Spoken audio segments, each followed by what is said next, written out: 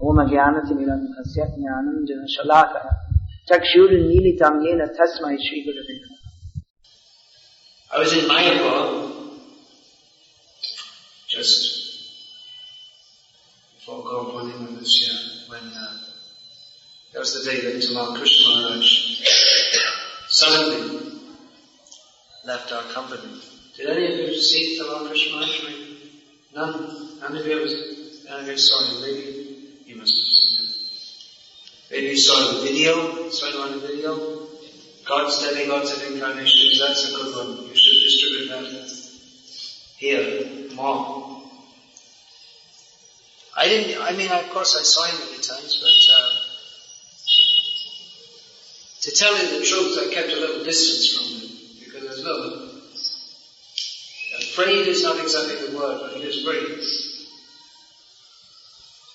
very powerful figure. And but now I was surprised myself how much I felt affected by his passing away, because he was so much part of our movement. It's difficult to imagine. You can't imagine ISKCON without Prabhupada being personally present. It took us many years to, and still I did. Okay, Maharaj, please come and sit here. No, please come. Mariada Nadu. The Tamal Krishna Maharaj was so central to the Krishna consciousness movement that it was it's very difficult to imagine. Of course now we're living with that, but it's very difficult to imagine ISKCON without his personal presence. So,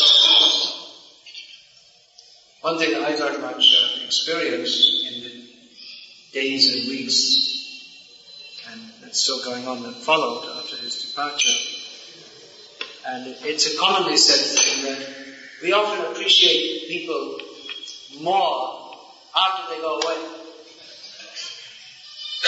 We may spend our whole life fighting with people, or maybe not taking them very seriously, but then when they pass away, we realize that what association we've lost.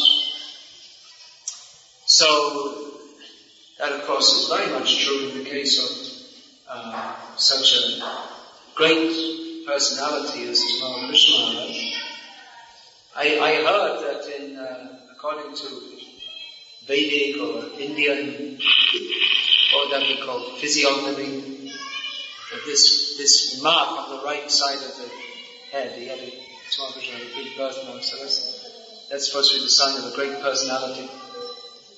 I think Gorbachev has it like that also. This is Gorbachev, former Prime Minister or whatever of the ex-USSR. Of course, Tamal Krishna is in a completely different realm than Mr. Gorbachev. Tamal Krishna was great in the spiritual realm. Gorbachev was great in the material realm. But that point that we tend to appreciate people more when they pass away, why don't we appreciate them now? That would be a very wonderful thing. Life is such, especially in Kali Yuga, that there always seems to be some kind of friction between different people. Especially Kali Yuga means the age of quarrel and hypocrisy.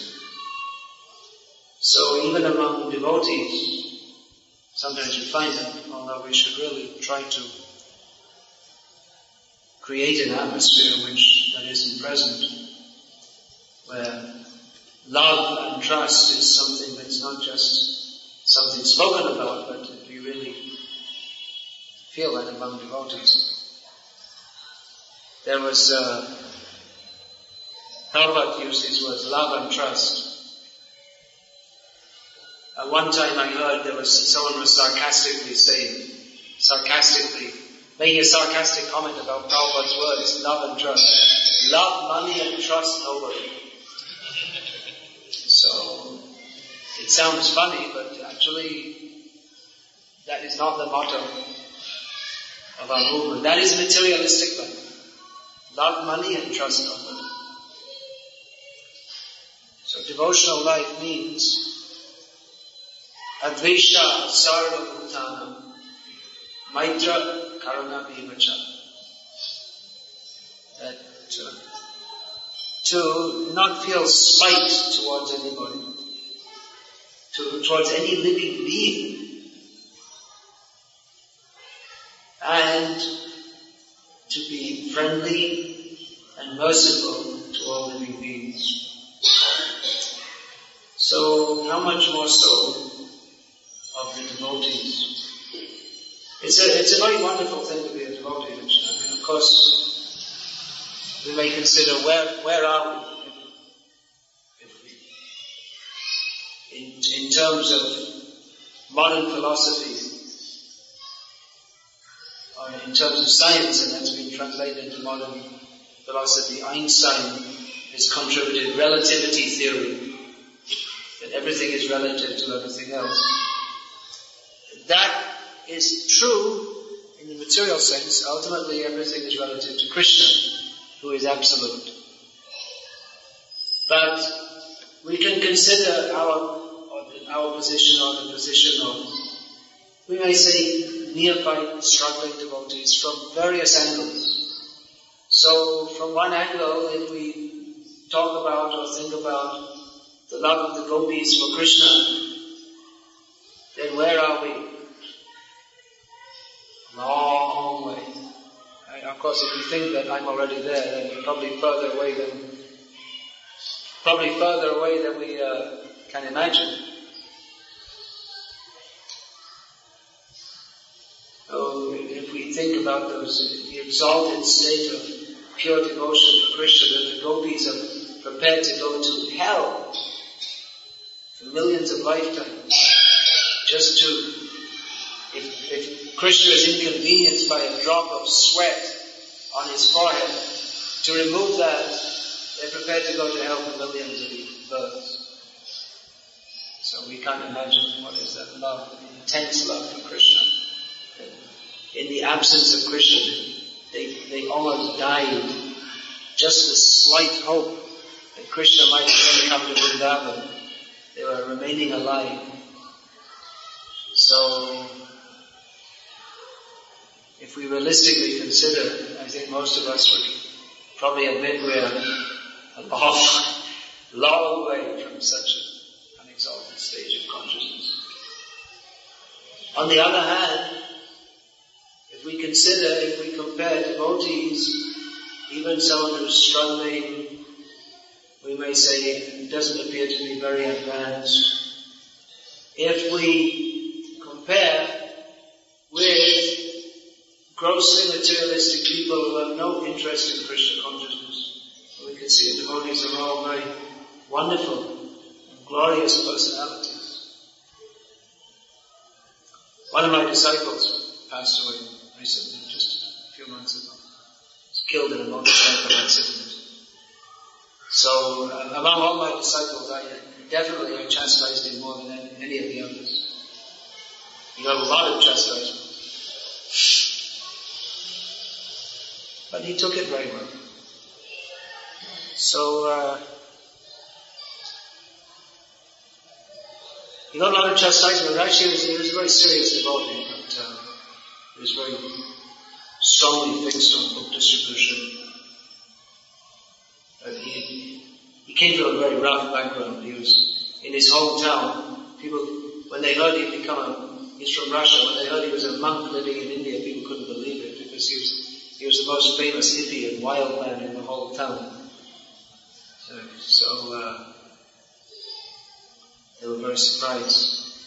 So he was a little rough, you could say, but he was very sincere. Afterwards, devotees, after he passed away, devotees appreciated so much how he was so much dedicated to distributing Srila Prabhupada's books, how he was very serious about devotional service.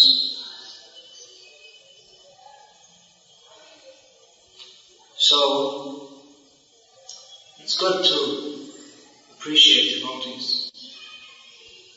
I think we can talk something about Krishna, but Krishna himself says, Mad Bhakta Puja Vyapika. My devotees, they should, when Krishna is describing to Uddhava what is the process of worshipping himself, he said, he's describing so many things, he said, to worship my devotees is even more important.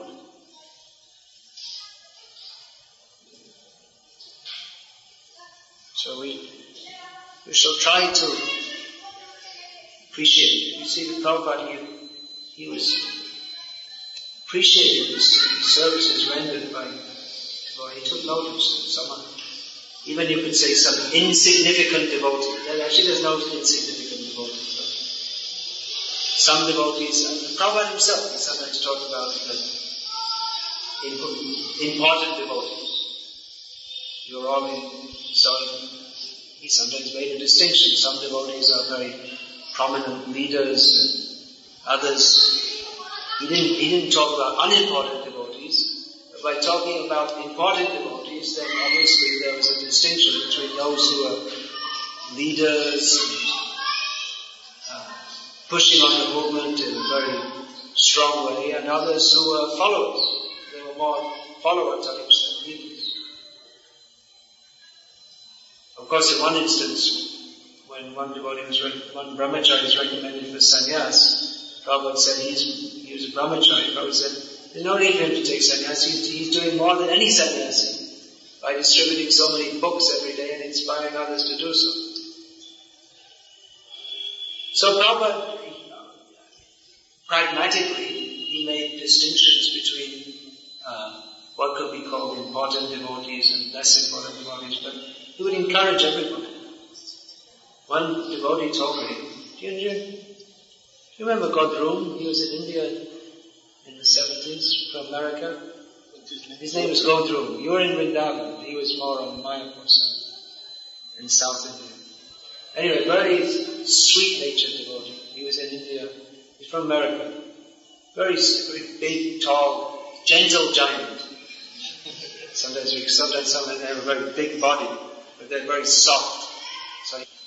So he was in South India in Mayapur. His name was Godrum, which is one of the islands of Nadu. Prabhupada called it big in that name. So he married an Indian girl and he went to America. I didn't get it. What do we do?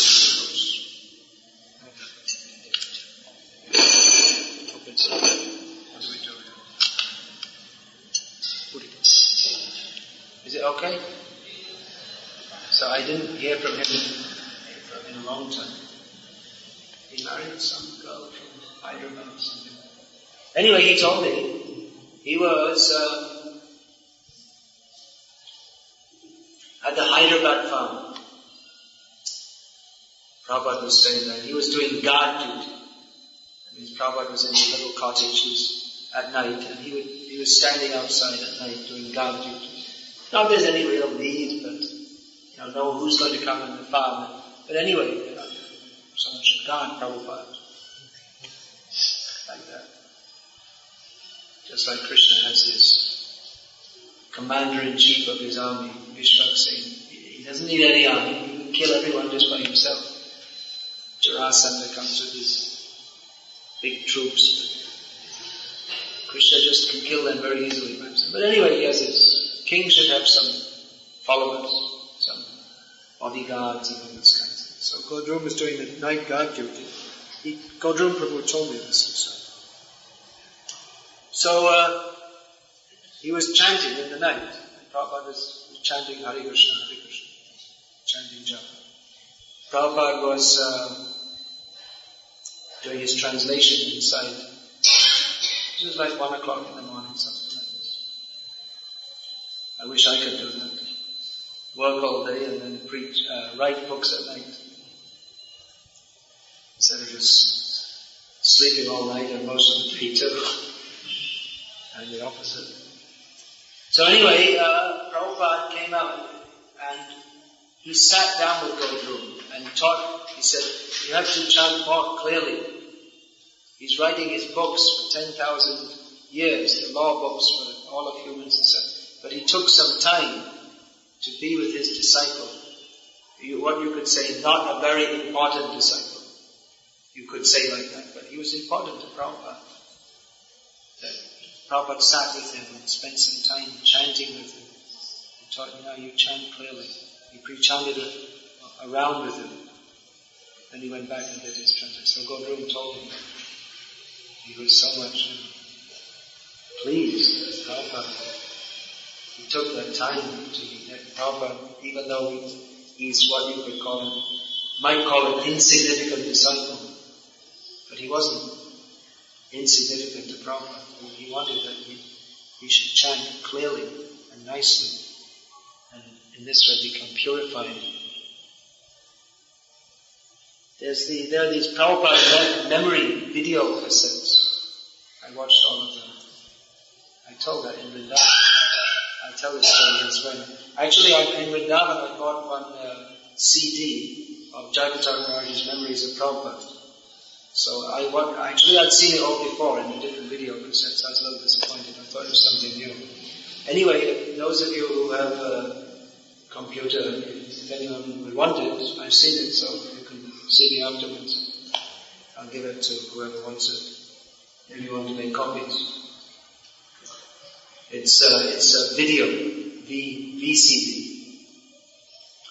So anyway, I was watching one of these very nice memories, different devotees speaking their memories of different interactions with Srila Prabhupada. And there was one among all of them I remember very much, there was one of Krishna Kanti. I think it was either Krishna Kanti or Mangalandam. These two devotees that used to work together to make music. They made this Change of Heart album. They were the first ones to make like modern music in ISKCON. But it wasn't nasty, hard rock, but it was just pleasant music with Krishna conscious lyrics. So I can't remember. Anyway, I remember when I was watching this memory of I can't remember if it was Krishna Kanti or Mangalam, but one of them. And they were being interviewed about what are their memories of Prabhupada. And let's say Krishna Kanti. Just for the sake. So he was being interviewed, and obviously the cameraman was there. You can't see the cameraman. Must have been Siddhanta. So Krishna Kanti was sitting back, looking very relaxed. He's a middle-aged Californian.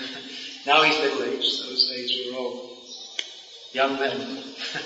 We were all in our 20s, except Maharaj joined when he was more than 30. He was an old man to all of us. Him and Srila Maharaj in London, because we were all mostly teenagers. So I joined when I was 18, and Maharaj was already at that time almost 20 years older than me. Something like that. So, anyway, he's sitting there looking very, he's a little chubby, got a little beard, and he's speaking very relaxed way and very happy way. He talks about, Prabhupada, I went to see him, and I showed him the album, and Prabhupada looked at it, and he said, yes, it's very nice. He was just talking like this in a very relaxed way. And then he said, we finished, and then I went out of the room. And then he said, and then Prabhupada called me back, he said, and then all of a sudden he just burst into tears. And they showed he went on crying and crying and crying and crying. It must have been for about 5 minutes. He was trying to talk, and as soon as he tried to talk, he just keep on crying and crying. And then he said, I'm sorry. And Siddhanta said, it doesn't matter, lots of people do that. When they start talking about Prabhupada, they just start crying and crying. He said, don't worry, we'll edit it, Siddhanta said. But he didn't edit it, actually. In the end, he didn't. He showed it all. So, and then eventually, Krishna Kanti Prabhu composed himself. Prabhupada called me back. So why was he crying and crying and crying? Because Prabhupada called him back. He said what he had to say to Prabhupada, and he went out of the room, and Prabhupada called him back. And remembering that, he became so much overcome with emotion that Prabhupada called him back and he said something more. that he gave him some little extra advice how you should make the songs. I can't remember exactly what it was. But just the fact that Prabhupada, it wasn't just he came to see him and the fact that he called him back, that Prabhupada really cared so much about him. And he wanted to give him a little extra advice. It wasn't just like a formal visit, pat on the head. But Prabhupada actually was considering how to give him some advice to improve his service to Krishna. That Prabhupada called him back when he could understand that Prabhupada cared so much for him.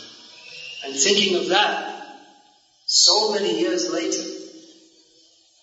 more than 20, maybe 25 years later, that he just became overcome with emotion. That Prabhupada is such a great personality, and so many disciples to see, and so many busy things to do, such a busy schedule, that he cared enough to call me back and give me a little extra instruction. Shruti Kirti Prabhu, who was the traveling servant who was traveling with Prabhupada, and he told me once that Prabhupada used to chastise him quite a lot. And Shruti Kirti is a very sweet person. The Prabhupada had different servants. Hari Shori Prabhu, he's also sweet, but in a different way. I mean, sometimes people think he's somewhat harsh. He's a very staunch devotee. But sometimes it's perceived as being somewhat harsh like that. Of course, in Sanskrit, harsh means happiness, smiling like this, but in English, harsh means quite strict and hard. So, Shruti Kirti was and is very sweet kind of person. People have different kind of natures. But he said the Prabhupada sometimes used to yell at me. And he said that I can tell you, it wasn't a very pleasant experience being yelled at by Prabhupada, because people do things wrong. And when people did things wrong, Prabhupada let them know very clearly. He'd often shout, very severely chastise him. You must have seen that when you were in Vrindavan. Prabhupada was being very strong. I was temple commander in Vrindavan when Prabhupada was living there. And Prabhupada was, at that time, maybe more than any other time, Prabhupada was chastising everyone all the time. So anyway, Shruti Kirti Prabhu told me that Prabhupada used to yell at me, and it was not a very pleasant experience. He didn't feel very, but he said, I would give anything in the world to have that opportunity again. Maybe Maharaj should speak something. You should speak something. So, just I want to make that point now. Prabhupada, before I say that, summarize that. Since Shruti Kirti Prabhu was saying that I would have anything to have Prabhupada yell at me again, why? Why should that be? Why should you want someone to yell at you?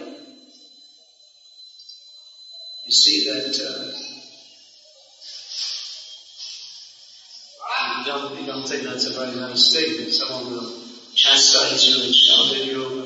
Why was Shruti Kirti Prabhu saying that I'd give anything to have that opportunity again? Because Prabhupada's chastisement, that was another manifestation of his deep love for his disciples. And they felt that. That's why if someone yells at you, you might feel enmity towards them. You might say, well, I never want to see them again. To hell with them.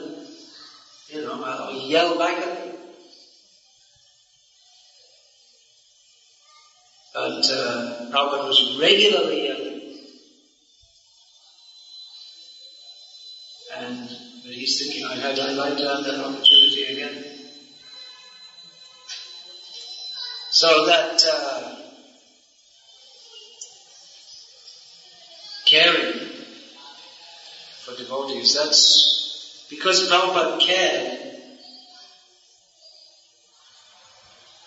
And people, they were prepared to do anything for him. Prabhupada, he said that sometimes, that these followers of mine, they'll do anything for me. He was quite confident. Once, one of his disciples, lady disciple, Malati, she was cooking for Prabhupada and she brought prasadam to him. At that time Prabhupada was sitting in his hut in Mayapur with a group of his godbrothers who were all sannyasis. They're all very strict sannyasis. And here's this young American woman bringing prasadam to Prabhupada, and they would, nowadays some of them are traveling in the Western countries, and I don't know, maybe they bring their own cooks from India. But, previously they wouldn't dream of taking, they wouldn't even, many of them were criticizing why you're taking Western disciples. And I know one of Prabhupada's godbrothers came to Bangladesh once, and he came to our ashram and but he wouldn't take any food, even cooked by the Bengali devotees.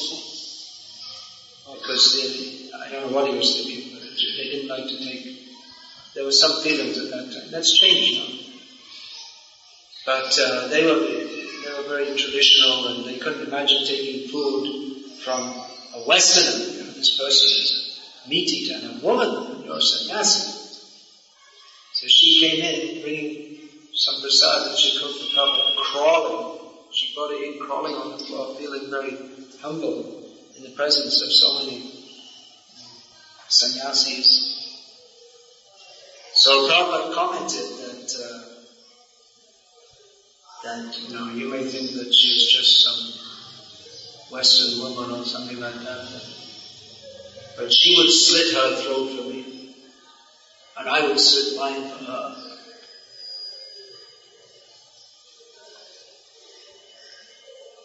So those are the feelings that Prabhupada he invoked.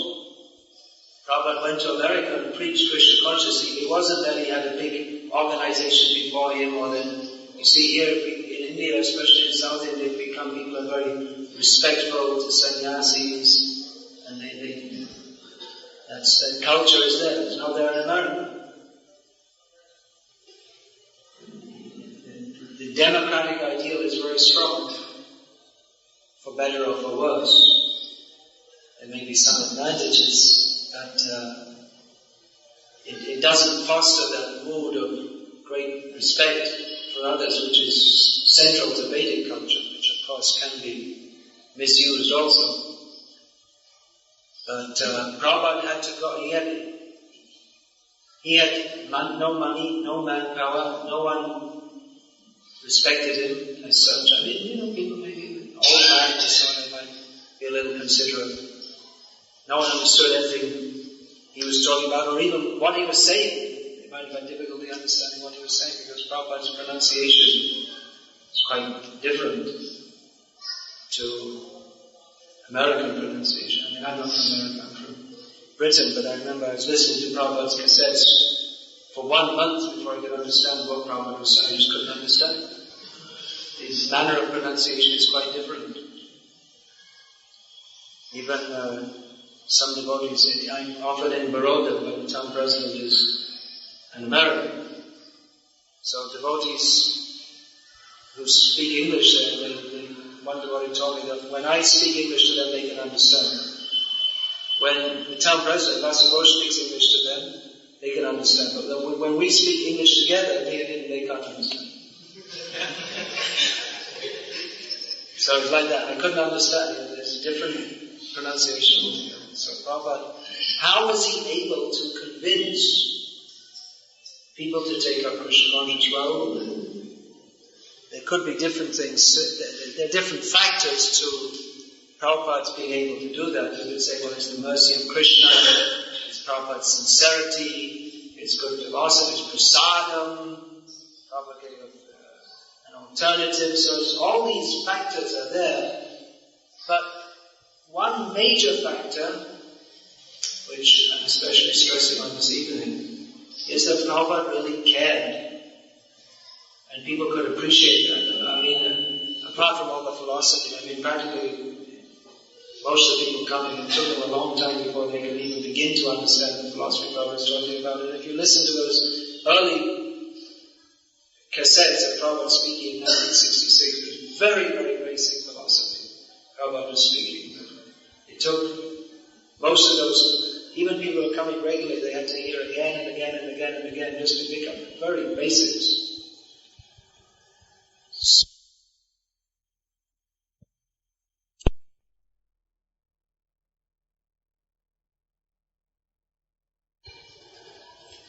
He genuinely cared for people.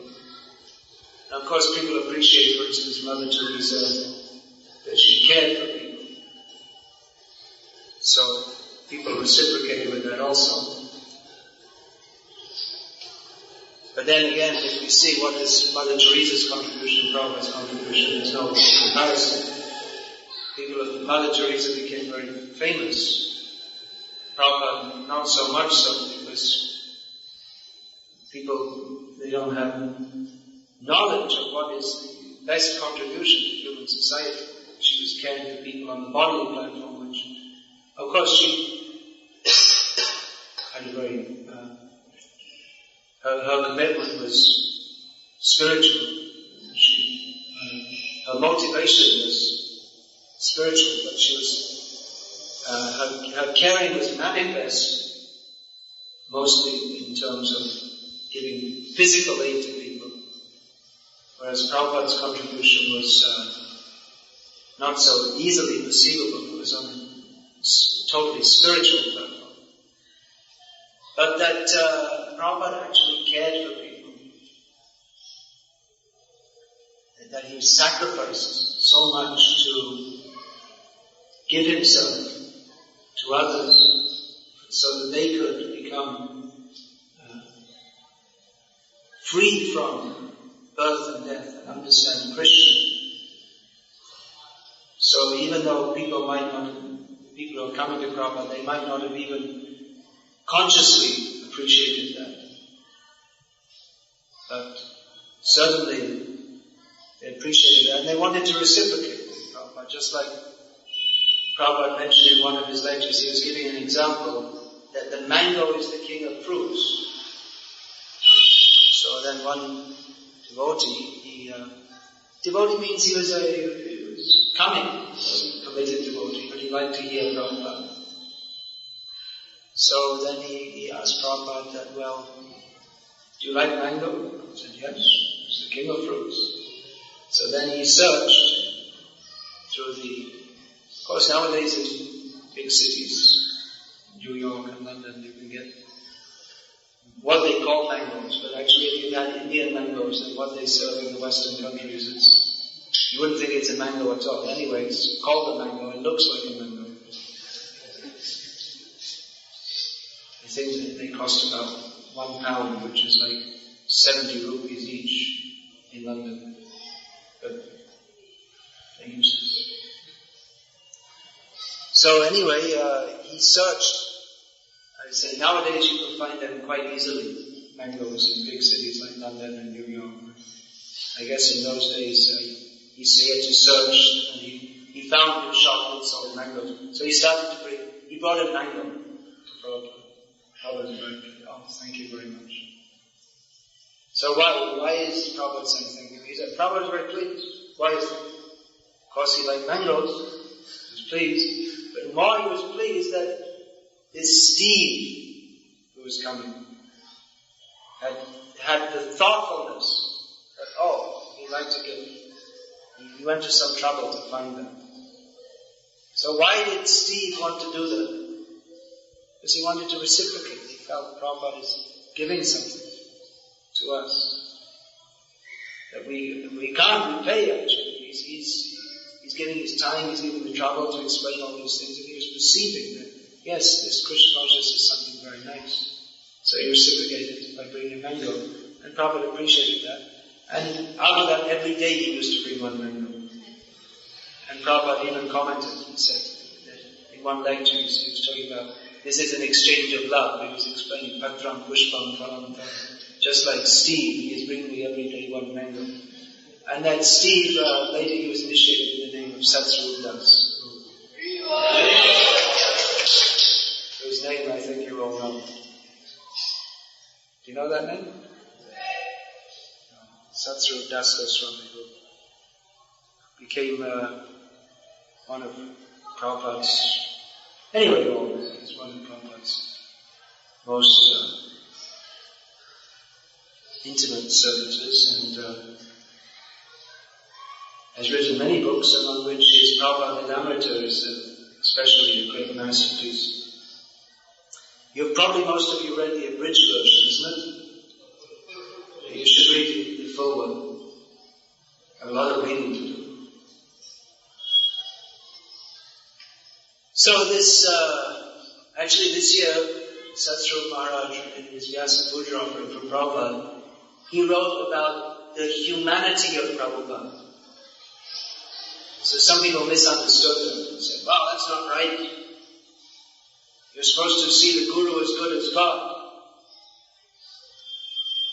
But Satsru Maharaj was presenting that, yes, he's as good as God, but I remember him as a very human person also. Human in the sense that, he wasn't like some kind of angel, an apparition that just suddenly all the white dots come together and there's an angel standing in front of you and they speak in a very, like an echoing kind of voice, and then they speak some kind of mystic words that no one can understand.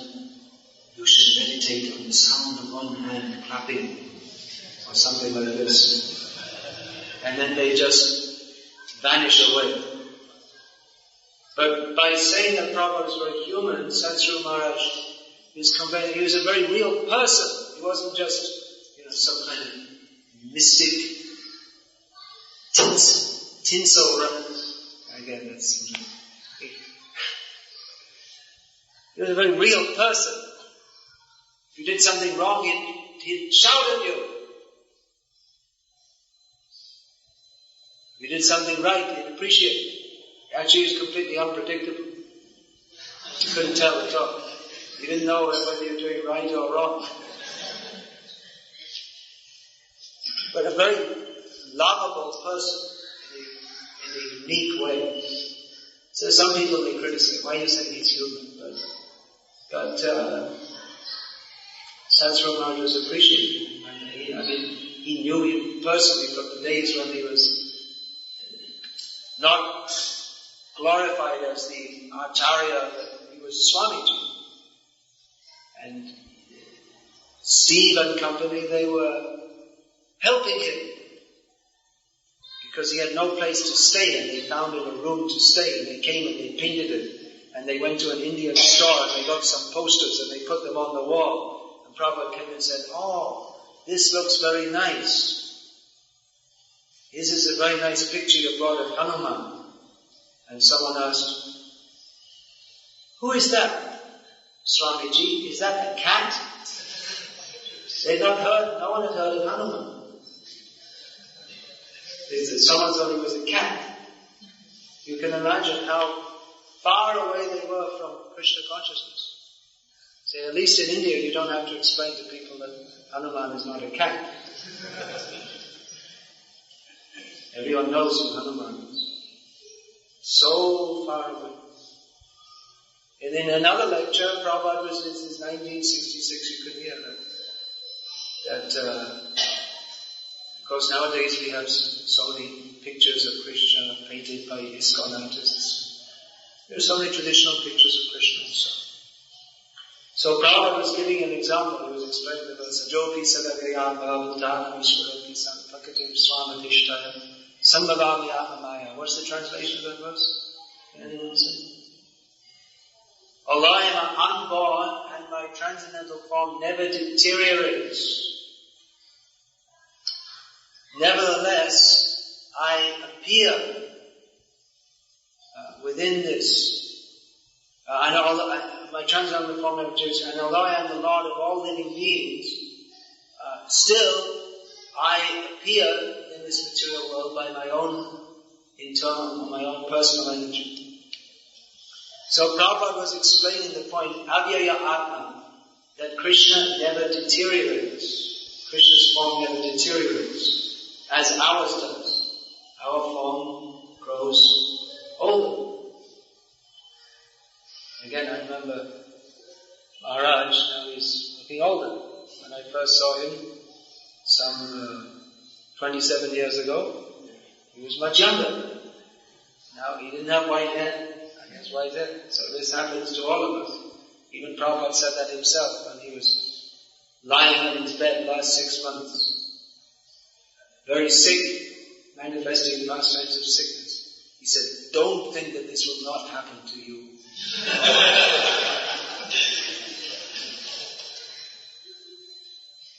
So Prabhupada was explaining that Krishna's transcendental form never deteriorates. And he was explaining that, you see Krishna, you see the picture of Krishna on the battlefield of Kurukshetra.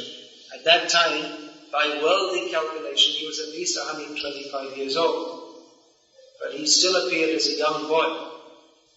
So he asked all the people then, have you seen the picture of Krishna on the battlefield? Blank faces. No one had ever seen a picture of Krishna on the battlefield of Kurukshetra. Not seen. So Prabhupada was preaching to people who really knew nothing about Krishna. They'd not even heard, most people had never even heard the name of Krishna, apart from a few scholars in the university. Very few people had even heard the name of Krishna. Bhagavad Gita was somewhat known among a certain class of intellectuals. But most of the translations, they sidelined Krishna. They hardly mentioned Krishna. They weren't devotional translations. Not most of the translations. All of them. Because Prabhupada writes in his preface to Bhagavad Gita that there are so many translations of Bhagavad Gita that why is there a need for another one? Prabhupada explained there is a need of another one because none of them actually present Bhagavad Gita as it is. So Prabhupada brought people to Krishna consciousness by caring, not in a mushy, sentimental manner. It's often people, they make a big show, oh, I love you, I care for you, and this and that. But it's easy to say that to actually care for others, the actual substantial, to have real substance, that's something, it's a good, I noted this in that book of mine, there's glimpses of traditional Indian life, that when we were I was first in Bangladesh in the early 1980s, so one young man he was coming to our ashram, and after some time he went to America for study or whatever. Then after a year he came back, and he told us he wasn't at all impressed by the American way of life. And particularly he said that they make such a big show of love. The man and wife on the street, they'll kiss each other, which still in India it's still taboo to a large extent. And in Bangladesh, absolutely, still. Even now. And that was the early 90s, more than 20 years ago. So, they kiss in public and they say, darling, I love you. They say it openly. He said, in this country, you never, no such thing. No man will say to any woman, even his wife, in public, I love you.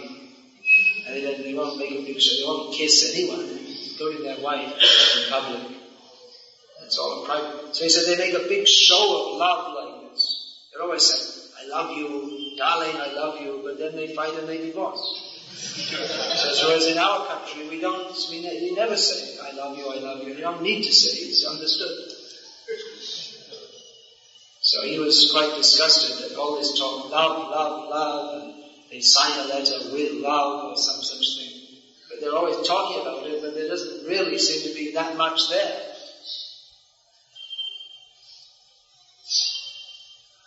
They don't really have families in the same way. I mean, like in Bangladesh, even now, more than India, the family unit is very strong. So I mean, the love, it's not just talking about it, but they actually live together and work together. It's not just something you talk about it. It's like in the movies in India, now they're promoting this idea. PR. Because you're all Tamil, so you don't know.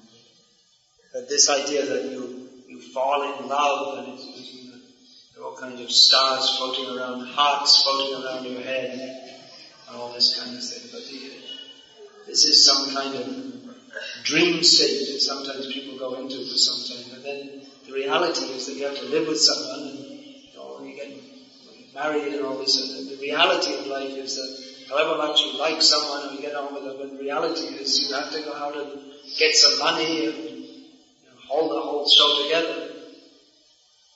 So this whole idea of getting married just on the basis of love, it's not a good idea. Just on the idea. That one should understand that there's responsibility, that if you just get married on the basis of some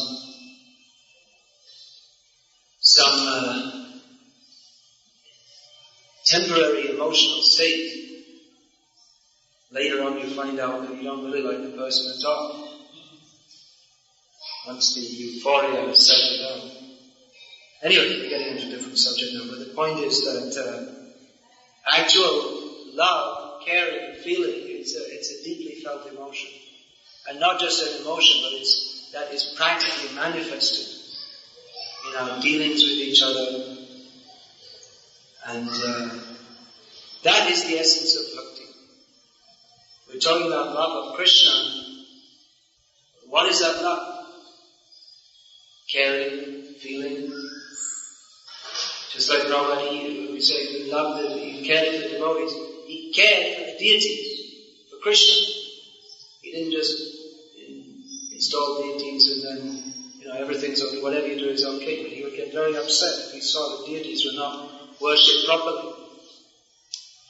Once he wrote these abominable activities, why the deities are not being looked after properly? Why are you not keeping the temple clean? Why is Prabhupada getting angry? Because he loved Krishna. But why are you not serving Krishna properly? You get angry. I've given you the opportunity to serve Krishna, and you're not. Why don't you care for Krishna? Why don't you serve? Why is the offering late? Why is it not kept clean? You could tell us so many stories about cleanliness in Vrindavan. So Prabhupada was very particular about this because he loved Krishna. He wanted to see that Krishna was served properly. So love it's not simply some sentimental feeling, but that is practically demonstrated in our behavior. It's easy to say, I love, I love, I love. Just like several times I gave that example. That a man may come home from work. Of course, nowadays the wife may come after him. But man may come home from work and when he comes home and the wife says, I love you, I love you. Okay, that's nice. What did you cook? We didn't cook anything. But I love you. So she doesn't need, if she cooks, then she's understood the love is manifest by the cooking. If you just say, I love you, and you don't cook, then what's the meaning of your love? I'd rather you didn't love me and give me some rice to eat.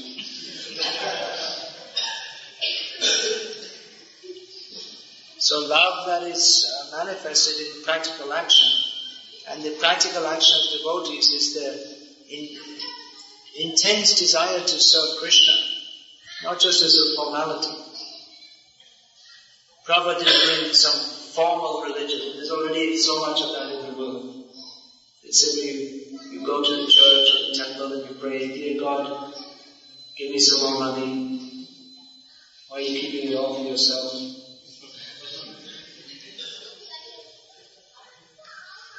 Or sometimes it's a psychological analysis that this Sigmund Freud, he said that religion is like a psychological crutch because people are suffering and therefore they have to, because they're not psychologically balanced, therefore they have to imagine that there's some God who is helping them and at the end of their miserable life they'll go to God. So it may be that people adopt religion as a kind of psychological crutch that doesn't negate, or that doesn't, the fact that people may do so doesn't mean that there isn't actually a God who we can reciprocate within a loving relationship. But Prabhupada, he brought religion as like that living, dynamic experience, relationship with the Supreme Personality of Godhead. What is that relationship? Relationship, again, it's not simply that trying to balance two minds against each other. There's another mistake in the Western concept of relationships. Putting too much stress on trying to match people together mentally. But relationship is solidified by practical interaction, by service. Like the wife serves the husband serves the wife. They have different duties, how to do it. So that is a practical exchange. Instead of trying to balance each other's minds, there's a practical exchange of service, responsibility, which is not just between husband and wife, but there's also joint family, means there are aunts, uncles, and two sets of grandparents, and like this. So many children, not only one's own children, but other brothers' children also.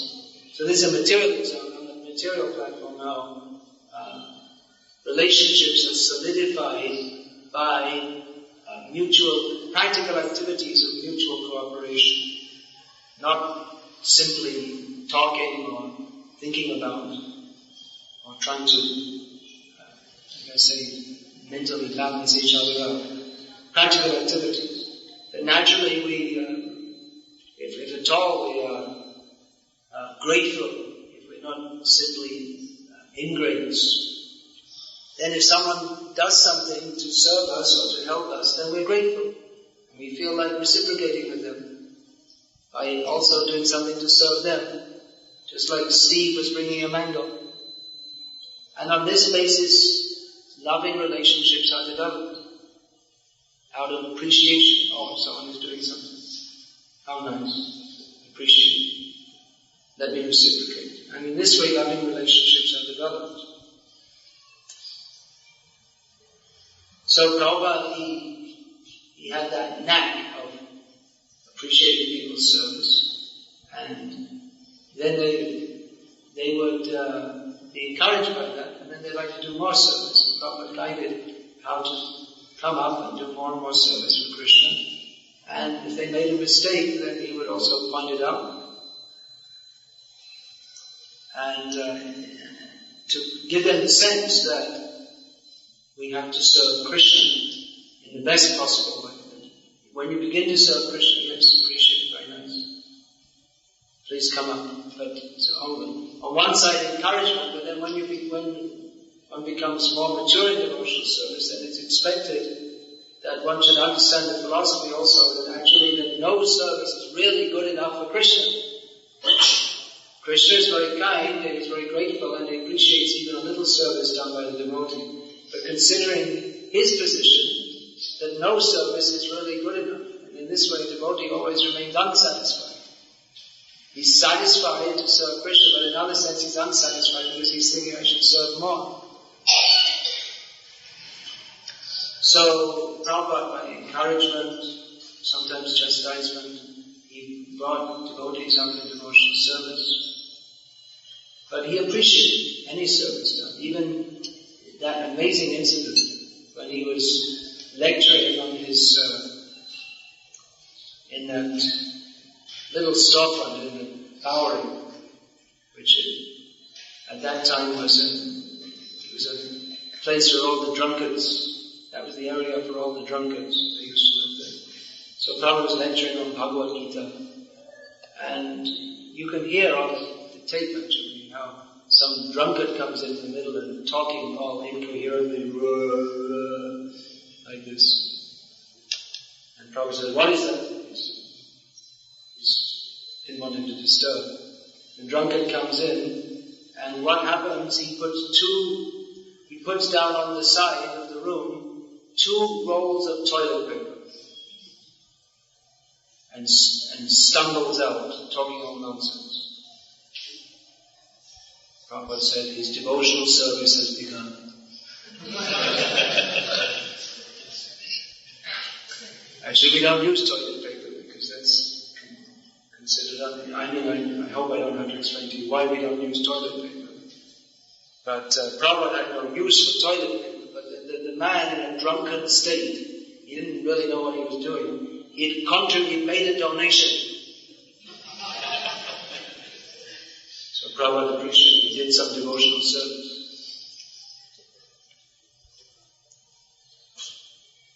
So that's appreciation. That someone did something. So also, we should let us try to cultivate this quality. I'm preaching here to myself also, I'm not only speaking to you, because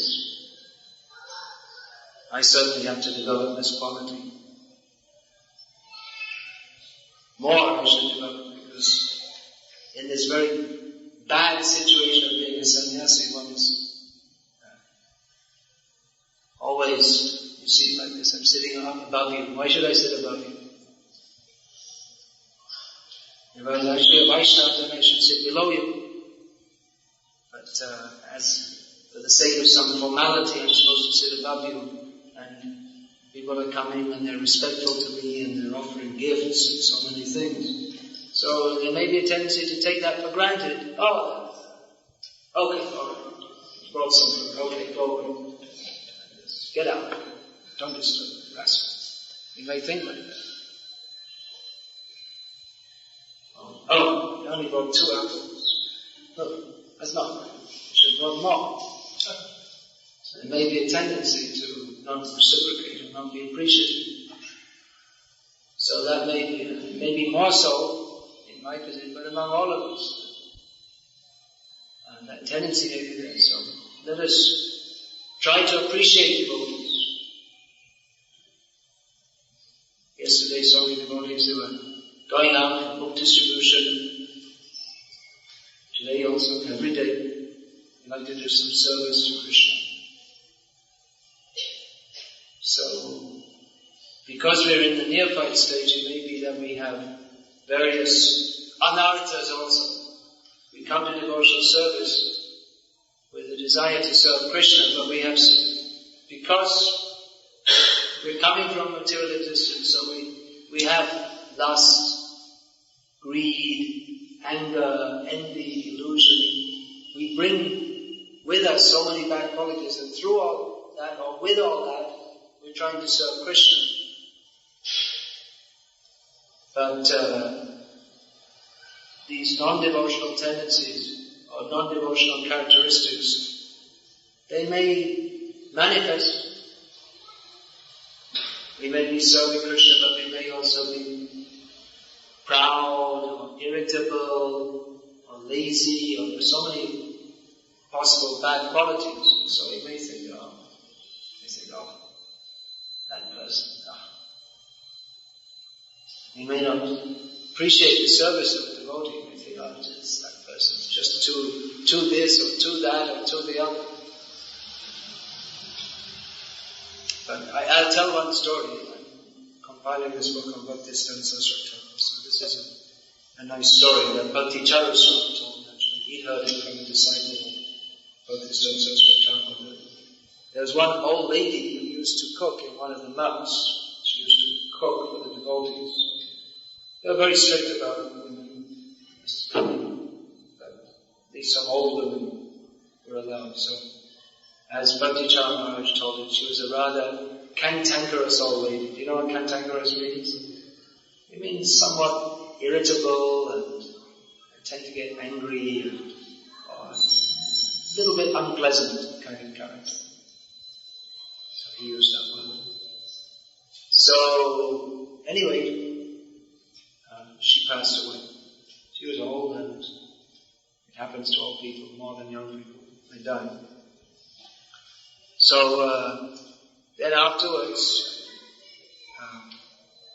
there was some ceremony, and then afterwards the devotees were saying,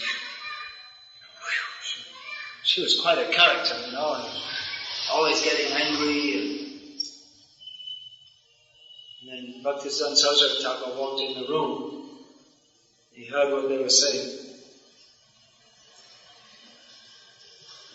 And he said, yes, it's true, she was irritable by nature.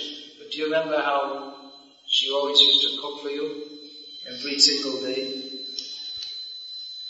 And she used to take so much trouble to make nice food for you to eat. Do you remember that also? So there were several incidents like that. There's another time when another devotee was cooking, a man, and he used to he fought with everyone in the ashram except Bhaktisiddhanta. And he also passed away. And then again, after his